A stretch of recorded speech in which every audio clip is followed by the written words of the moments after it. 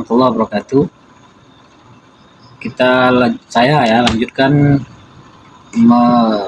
mengurai tulisan dalam bentuk video.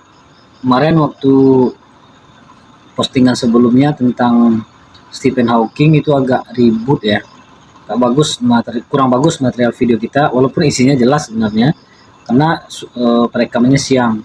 Ini malam ini mudah-mudahan lebih tenang, lebih jelas suara didengar ya. Judul kita, title kita adalah kalau Tuhan itu ada, kenapa ada kejahatan? Ini pertanyaan Yunani kuno seperti Cubadak Bangean. Kalau judul besarnya, kalau Tuhan itu ada, kenapa ada kejahatan? Problem of evil. Ini mudah ya dipahami. Kemudian anak judulnya, ini pertanyaan Yunani kuno, ancient Yunani, seperti Cubadak Bangean. Nah, gini Cubadak Bangean ini kalau orang Minang itu langsung tahu ya. Cubadak Bangean itu nangka ya, gulai nangka, kemudian ada 2-3 hari dipanaskan lagi. Nah, seperti itulah kira-kira. Jadi poin kita adalah kalau Tuhan itu ada, kenapa ada kejahatan atau problem of evil. Sesuai tulisan, ya saya mengamati bahwa pertanyaan seperti itu terus dan terus terulang lagi ya di media platform manapun sekarang. Beberapa orang bahkan kuantitasnya juga sangat bertambah menurut saya. Pertanyaan-pertanyaan seperti itu dibungkus dengan gaya bicara yang kadang-kadang membuat orang awam terkesima, seolah itu pertanyaan yang wow sekali gitu. Padahal pertanyaan ini adalah Cubadak Bangean, adalah barang yang lama yang digrowth ulang, yang diangkat ulang. Tua dan sangat tua sekali, lebih tua dari perdebatan modern sekarang. Ya, dia telah melintasi peradaban, dia telah melintasi berbagai macam zaman gitu ya. Bahkan 2000 tahun yang lalu sudah ada pertanyaan seperti itu. Saya fokus ke tulisan. Ya ini kan saya buat percontohan sama seperti jalan yang dibuat tahun berapa, nanti ada pakai aspal, ada pakai beton sekarang, tapi jalannya itu juga kan gitu.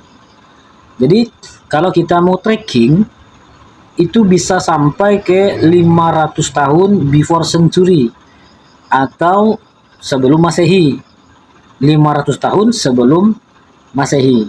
Coba kita lihat ke Epicurus, seorang filsuf Yunani yang hidup antara tahun 341 sampai 270-an sebelum Masehi.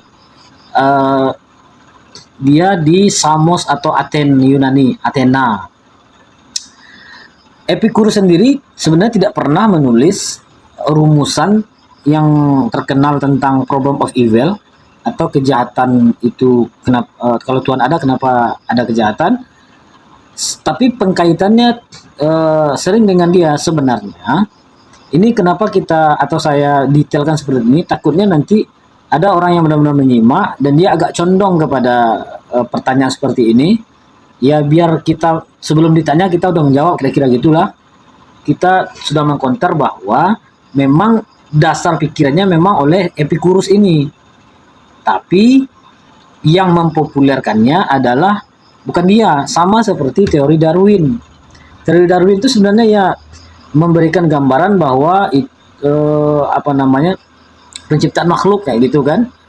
Tapi yang mempopulerkan bukan dia, nanti ada namanya saya lupa. Pokoknya adalah orang lain yang mempopulerkannya, sama seperti itu. Kita kembali ke Epicurus ini. Jadi argumen ini sampai kepada kita tuh lewat mana? Ini dia. Ada seorang penulis Kristen yang bernama Lactantius. Dia punya sebuah buku yaitu De Ira Dei pada abad ketiga Masehi.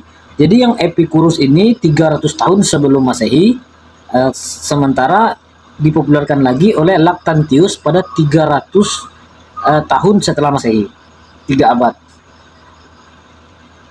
Nanti kalau sampai keterangan ini atau sampai yang saya sampaikan ini ada yang bertanya, tadi kan 500 tahun katanya, kok jadi 300 ya? 341 sampai 270 ini adalah masanya si Epicurus. Kenapa sampai 500 tahun? Nah, ini dia, kita lanjut. Jadi di sanalah melalui De Iradeae tadi oleh Lactantius, ini penulis Kristen, muncul formulasinya. Dia memformulakan jika Tuhan mau mencegah kejahatan tapi tidak mampu, maka dia lemah. Jika Tuhan mau mencegah kejahatan tapi tidak mampu, dia juga lemah. Oke? Atau tidak baik dalam tulisan yang kita buat. Jika dia mau dan mampu, kenapa kejahatan ada? Kita ulang sekali lagi, terus saya ulang. Jika Tuhan itu mampu mencegah kejahatan, tapi dia tidak melakukan, tapi dia tidak mau, maka dia lemah. Antara mau dan mampu ya. Tapi jika Tuhan itu mau, ada kemauan mencegah kejahatan, tapi tidak tapi tidak mau, dia mampu tapi tidak mau, Tuhan bukan sesuatu yang baik. Kalau kedua-duanya mampu iya, mau iya, terus kenapa kejahatan ada? Nah, di sini memang hal menariknya. Saya perhatikan bahwa ini sesuai yang tulisan ya.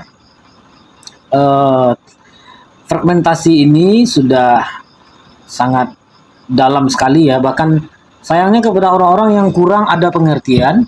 Jadi dia asal kutip tetapi tidak tahu dari mana teks originnya.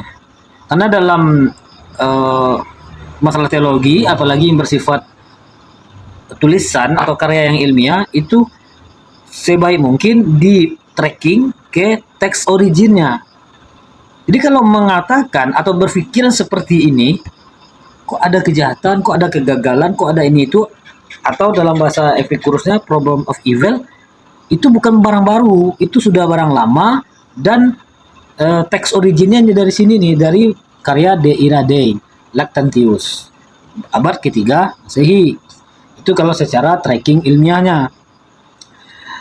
Sebenarnya kalau kita mundur lagi, ini jawaban untuk kenapa 500 tahun. Epikurus sendiri berdiri di atas fondasi yang dibangun oleh Demokritus dulu. Demokritus ini murid dari Leucippus. Demokritus itu sekitar tahun 400-an sebelum Masehi, Leucippus 5 abad atau 500 tahun sebelum Masehi. Dari sinilah asal muasalnya yang mampu dan bisa dilacak. Atau biar aman ya, yang saya pribadi bisa lacak ya sampai situ. Kalau ada ke belakangnya lagi ya belum ditemukan atau minimal saya tidak menemukan. Jadi teori atomisme kira-kira gitulah yang di zaman Leucippus Demokritus dalam fragmen-fragmen dikumpulkan di dalam Die Fragmente der Vorsochlatiker oleh Diel and Krantz. Demokritus menjelaskan ini Diel dan Krantz ini bukan hidup sezaman Leucippus, tapi dia hanya menjelaskan bahwa Demokritus menjelaskan realitas terdiri dari atom dan kehampaan. Dari atom dan kehampaan, di sini mulai muncul satu cara pandang bahwa alam bisa dijelaskan tanpa ada intervensi Tuhan. Jadi alam ini otomatis saja, ada saja gitu, tidak perlu Tuhan, tidak perlu intervensi Tuhan. Asal muasalnya dari sini. Inilah yang kira-kira kita coba mengangkatnya secara sumber asal atau teks origin. Namun tidak semua filsuf Yunani juga berpikir seperti itu. Kita lihat juga misalkan ada perbedaan-perbedaan ya, tapi kadang-kadang disederhanakan, kadang-kadang lebih dilebarkan gitu. Kemudian kita bicara Socrates di Athena, Plato di dalam dialog Timaeus, Timaeus, dan Aristoteles dalam Metafisik. Khususnya buku ke-12 justru berbicara tentang prinsip ilahi. Jadi Socrates, Plato, dan Aristoteles memperkenalkan konsep unmoved mover. Kalau di bahasa Indonesia kan ini penggerak yang tidak digerakkan sebagai sebab pertama dari segala sesuatu. Jadi kalau ada yang mengklaim bahwa filsafat Yunani itu otomatis ateis, ini kurang pas rasanya. Sementara yang tiga ini, sebenarnya nama yang tiga ini lebih sering terdengar ya daripada si Epikurus, Demokritus, Leucippus. Yang terkenal itu ya Socrates, Plato, dan Aristoteles. Masuk kita ke Islam. ya. Perdebatan ini tidak dibiarkan kosong. Ia justru dibedah dengan serius. Artinya apa? Islam tidak lari dari pertanyaan seperti ini, tapi benar-benar berbeda dengan serius. Pertama, Avicenna atau Ibnu Sina di Bukhara pada abad ke-10 mengembangkan konsep wajib al-wujud, bahwa Tuhan adalah keberadaan yang niscaya. Namun kemudian datang Imam Al-Ghazali 1058 sampai 1111 yang dalam Tahafut Al-Falasilah mengkritik keras para filsuf, terutama pada persoalan kekekalan alam dan batas pengetahuan Tuhan. Tidak berhenti di situ, Ibnu Rus di Cordoba, ini wilayah Spanyol, menulis Tahafut At-Tahafut, kesalahan atas kesalahan, untuk membela filsafat dan sedikit memberi keseimbangan kepada Al-Ghazali. Sebenarnya ini masih di tahap ilmiah yang mungkin tidak semua orang juga harus tahu ya. Tapi karena ini tulisan, saya usahakan presisi tinggi. Mau nak mau ya harus membaca yang tadi gitu. Tapi kesimpulannya melihat Ibnu Sina, kemudian Al-Ghazali, kemudian siapa namanya gini, Ibnu Rus, ya, tidak mengelaklah Islam dari pertanyaan seperti itu. Jadi saya melihat di sini satu hal penting, perdebatan tidak pernah kosong, selalu diuji, selalu ditimbang, selalu dipertanggungjawabkan. Kalau kita agak persingkat ya, masalah yang bukan apa namanya, pemikiran-pemikiran timbul itu atau yang seperti kita bahasakan dengan amplifier, dikeraskan ulang, itu agak familiarnya oleh si David Humes dalam dialog Concerning Natural Religion yang menghidupkan kembali skeptisme dengan gaya yang lebih halus. Dan juga sebenarnya ada dua tokoh lagi, John Locke membangun empirisme. Jadi yang bisa dihukumi yang nampak saja, tidak perlu eksistensi Tuhan. Kemudian George Berkeley meradikalkan konsep persepsi, dan akhirnya di zaman modern muncul tokoh-tokoh seperti Bertrand Russell, Carl Sagan, Lawrence Krauss, kemudian hingga Stephen Hawking yang kita reaksi kemarin melalui tulisan juga. Jadi sebenarnya David Hume ini 1700-an, ini ditulisan nggak saya ikutkan ya. Dia 1700-an itu David Humes. Kemudian yang setelah itu menguatkan lagi Bertrand Russell, Carl Sagan, Lawrence Krauss, ini mungkin masih hidup sampai sekarang, walau alam, rasanya masih hidup. Nah, akhirnya 1941. Kemudian Stephen Hawking 1942, 2018 dan meninggal. Itu sebagai amplifier. Amplifier itu sama seperti ampli masjid. Amplifier posisi dia, atau bahasa sederhananya ampli masjid itu kan mengeraskan suara kayak gitu ya. Jadi intinya bisa masukkan surau Pinang, surau Lapu, intinya mau pakai ampli atau tidak, pertanyaannya itu aja yang diulang, tapi agak dihaluskan oleh David Humes. Baik, David Hume ini Norway kalau nggak salah, Skotlandia, 1700-an. Kemudian kalau satu-satu, Bertrand Russell ini ya Inggris, mohon maaf kalau salah nih, Carl Sagan Inggris, Lawrence Krauss ini Amerika, Stephen Hawking ini Cambridge, Inggris. Ada satu lagi sebenarnya yang sering juga disebut Paul Dirac. Oke, hampir sama gitu. Kalau Paul Dirac lebih menekankan kepada fisika gitu. Mereka itu sebenarnya bukan memulai dari nol sesuai judul kita. Mereka hanya menguatkan jalur lama yang sudah ada. Masalahnya ada kejahatan langsung melompat ke Tuhan tidak ada. Ini baru masuk kita ke konten masalahnya. Dia melihat ada kejahatan, mau dari siapapun namanya, mau dari Epicurus, mau dari yang terbaru itu Bertrand Russell, Lawrence Krauss, Carl Sagan, David Hume dan lain-lain, sampai ke Stephen Hawking. Ketika dia melihat kejahatan, evil, tapi dia mengaitkan dengan Tuhan tidak ada, not exist to God, tidak ada eksistensi Tuhan. Di sanalah terletak masalahnya. Ini yang kalau di dalam bahasa ilmiahnya disebut logika non sequitur. Maaf kalau saya baca kesimpulan tidak mengikuti premisnya. Premisnya bukan itu. Adanya kejahatan, ya tentu ada hal yang melatar belakang kejahatan itu, ada sebab akibat dan lain sebagainya. Ini kan permasalahan yang lain, nggak masuk ke tulisan kita.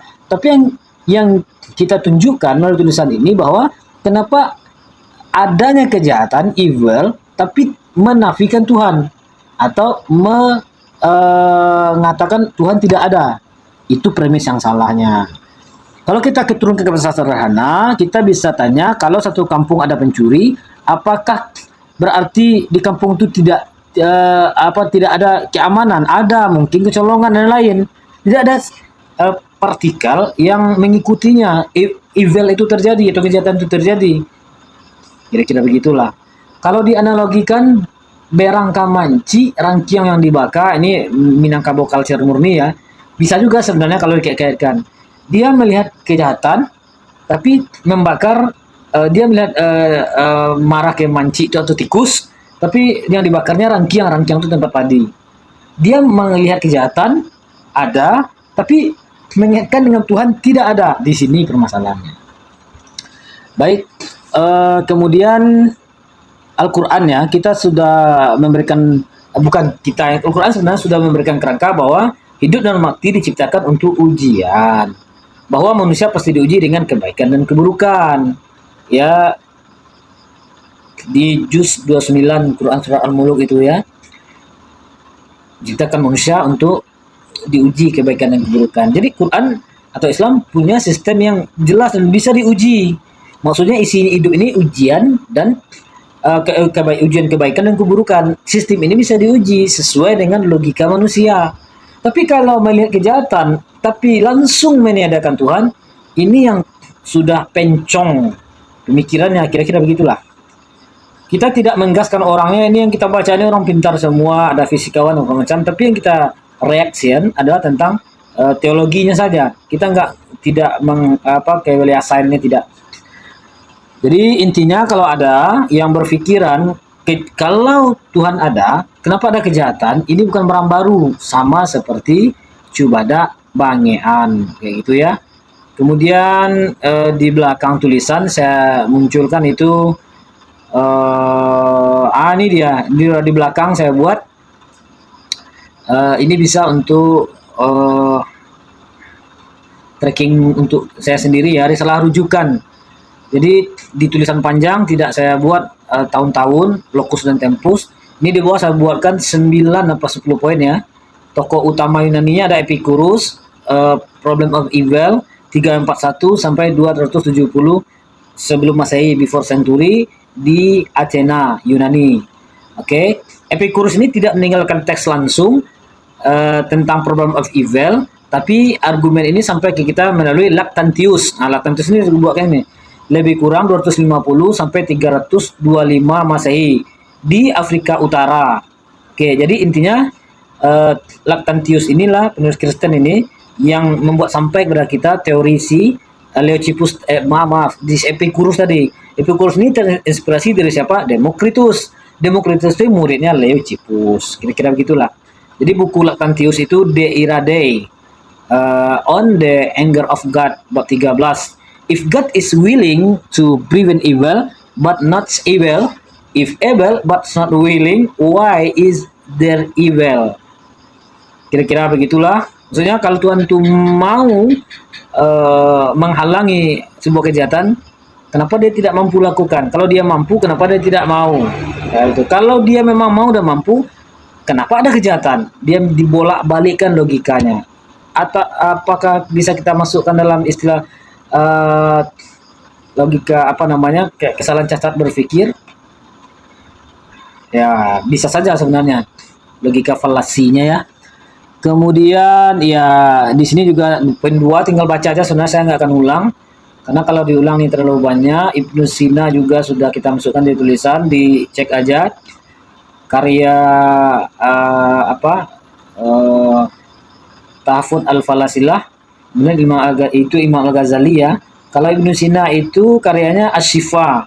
Ya, ini yang terkenal tentang medicine ya, tapi juga tidak kita tentang pengobatan beliau segala macam, tapi tentang teologi saja. An-Najat juga, Asy-Syifa juga. Kemudian juga Ibnu Rushd ya, Ibnu Rushd ini Cordoba Spanyol sekarang yang lebih kurang 700 tahun. Itu Islam ada di sana, karya dia Tahfudz at-Tahafut. Kemudian Barat modern, ini dia kebangkitan skeptisme. Makanya saya berulang kali terhadap 5 grup ini, 5 aspek ini: atheism, agnos, plural, liberal, dan sekuler, itu berpikiran seperti yang dipikirkan sekarang, seolah itu barang baru. No, itu coba tak bangian. Kalau yang tidak setuju dengan yang saya sampaikan ini, silakan ketik di komentar, kita akan jawab nanti. Kira-kira yang diresponnya yang mana?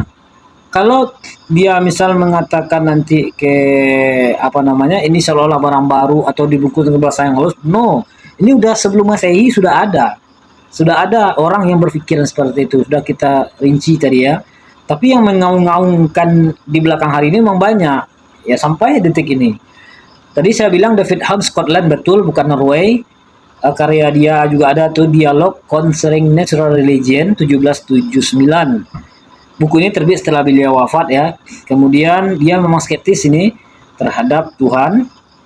Kemudian juga mengkritik tentang keberadaan Tuhan.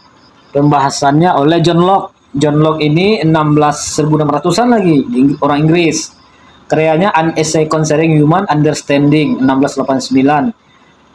Konsepnya pengetahuan berasal dari pengalaman yang ada ini ya, dari experience semua, tidak ada Tuhan itu nggak ada. Itu John Locke yang punya pemikiran.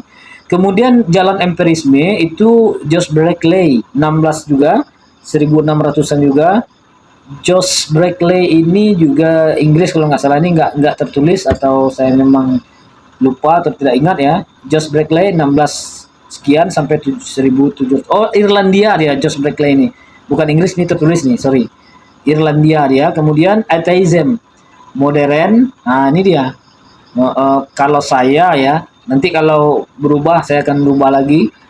Yang saya katakan menurut saya ya, bapak ateisme modern itu ya Russell ini, Bertrand Russell. Kemudian juga Dawkins, kemudian Hawking. Sebenarnya Bertrand Russell ini yang lebih ya.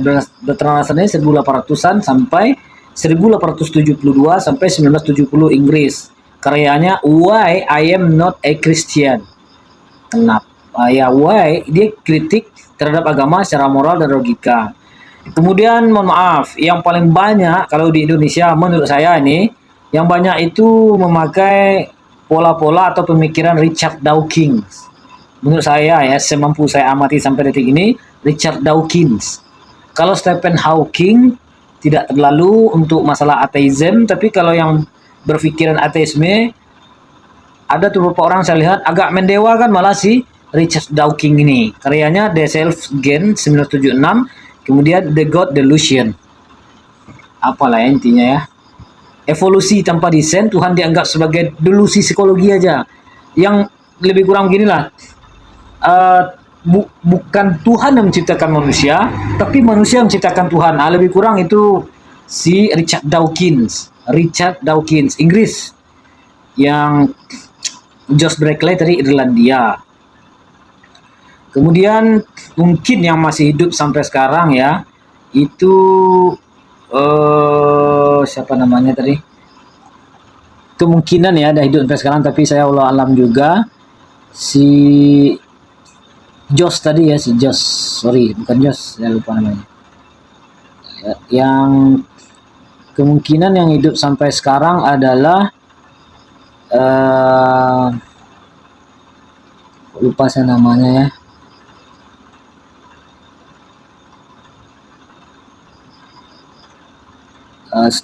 John Locke sudah berapa? Lauren Krauss. Lauren Krauss, lupa Lauren Krauss. Carl Sagan, Lauren Krauss. Yang hidup mungkin Lauren Krauss ini ya. Jadi itulah kira-kira intinya adalah pemikiran-pemikiran seperti yang disampaikan oleh beberapa orang di akhir-akhir ini di media sosial. Semampu saya sudah saya sampaikan berdasarkan tertib ilmiah. Bisa diuji saja, kalau tidak setuju kita argumentatif saja. Sebenarnya kalau jawaban Islam tentang masalah evil tadi ada dua dalam menjawabnya, ada akli dan nakli. Yang akli itu secara logika, yang nakli itu secara nas atau Al-Quran, hadis dan lain. Kalau secara akli, secara sederhana saja, kalau tidak ada kalau kejahatan ini tidak ada, tanpa ada kejahatan dan kebaikan, hanya kebaikan saja, hanya orang kaya saja, hanya orang baik saja, tidak ada kejahatan, maka tidak ada standar moral. Kedua, kalau tidak ada kejahatan dan kebaikan, tidak ada free will untuk seseorang. Apanya mau dihukum? Orang udah baik semua. Apanya mau dihukum? Yang ketiga, tanpa ada kejahatan dan kebaikan, tidak ada ujian hidup. Ini memang pakai dalil secara logika saja. Kemudian yang mengatakan tadi adanya kejahatan, tidak adanya Tuhan, terlalu jauh meloncatnya. Kalau kita balikkan secara logika, namanya di Islam itu dalil akli. Kalau secara naklinya, Al-Muluk ayat 2, yang menciptakan mati dan hidup adalah sebagai ujian untuk kamu. Al-Baqarah 155, kamu pasti akan diuji. Al-Anbiya ayat kelima, mengujimu dengan kebaikan dan keburukan. Memang ini the way of Islam, jalan atau cara di Islam menjawabnya. Ada pakai dua, akli dan nakli. Jadi yang berpikiran adanya keburukan, problem of evil atau kejahatan, dan menganggap seolah-olah Tuhan tidak ada, ya fik. Ini bukan barang baru, pertanyaan udah lama. Islam tidak lari dari itu. Islam menjawab dengan gagah dan berani bahwa itu adalah ujian sebenarnya. Gak ada standar moral kalau itu nggak ada. Dengan adanya itu adanya free will, adanya kehendak. Kehendak inilah yang dihukum, yang dimasukkan nanti dalam catatan baik atau catatan buruk. Makasih banyak. Nanti kita akan lanjutkan juga. Saya akan still di respon tentang hal-hal yang bersifat ketuhanan seperti ini. Mudah-mudahan ya ada yang menyetujui. Mungkin kalau ada yang nggak setuju ya nggak apa-apa. Bahkan nggak setuju sampai ke argumentatif, boleh-boleh saja. Saya nggak membahasakan debat ya. Debat itu agak beda pengertiannya. Tapi saya suka memakai kalau ada yang kurang pas, kurang nggak suka atau gimana, ataupun yang salah, silakan kita di argumentatif di komen di bawah di platform manapun, karena ini akan saya gaskan ke beberapa platform.